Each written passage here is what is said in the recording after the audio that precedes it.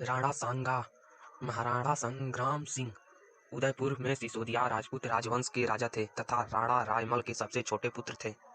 महाराणा संग्राम सिंह महाराणा कुंभा के बाद सबसे प्रसिद्ध महाराजा थे। मेवाड़ में सबसे महत्वपूर्ण शासक इन्होंने इन्होंने अपनी शक्ति के बल पर मेवाड़ साम्राज्य का विस्तार किया और उसके तहत राजपूताना के सभी राजाओं को संगठित किया। रायमल की मृत्यु के बाद 1509 में राणा सांगा मेवाड़ के महाराणा बन गए। सांगा ने अपने राजपूत सरदारों के साथ सत्ता का आयोजन किया। राणा सांगा ने मेवाड़ में 1509 से 1528 तक शासन किया, जो आज भारत के राजस्थान प्रदेश में स्थित है। राणा सांगा ने विदेशी आक्रमणकारियों के विरुद्ध सभी राजपूतों को एक किया। राणा सांगा सही मायनों में एक वीर योद्धा व शासक थे, जो अपनी वीरता और उदारता के लिए प्रसिद्ध हुए। इन्होंने दिल्ली, गुजरात व मालवा मुगल बादशाहों के आक्रमणों से अपने राज्य की रक्षा की। उस समय के वह सबसे शक्तिशाली राजा थे।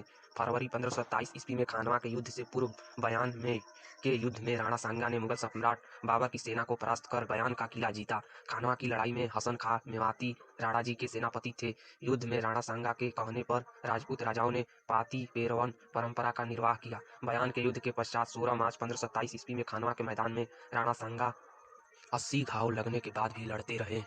राणा सांगा इतने वीर थे कि एक भुजा, एक आंख, एक टांग खोने व अनगिनत जख्मों के बावजूद उन्होंने अपना महान पराक्रम नहीं खोया। सुल्तान मोहम्मद शाह मांडू के युद्ध में हराने व बंदी बनाने के बाद उन्होंने उनका पुनः राज्य उदारता के साथ सौंप दिया। यह उनकी बहादुरी को दर्शाता है। खानवा की लड़ाई में राणा जी को लगभग 80 घाव लगे थे, अतः राणा सांगा को सैनिकों का भागना शेष भी कहा जाता है। बाबर भी अपनी आत्मकथा में लिखता है कि राणा सांगा अपनी वीरता और तलवार के बल पर अत्यधिक शक्तिशाली हो गए हैं। वास्तव में उनका राज्य चित्तौड़ में था। मांडू के सुल्तानों के राज्य के पतन के कारण उसने बहुत से स्थानों पर अधिकार जमा लिया। उसका मुल्क 10 करोड़ की आमदनी का था। उसकी सेना में 1 लाख सवार थे। उसके साथ 7 राव और 106 छोटे सरदार थे।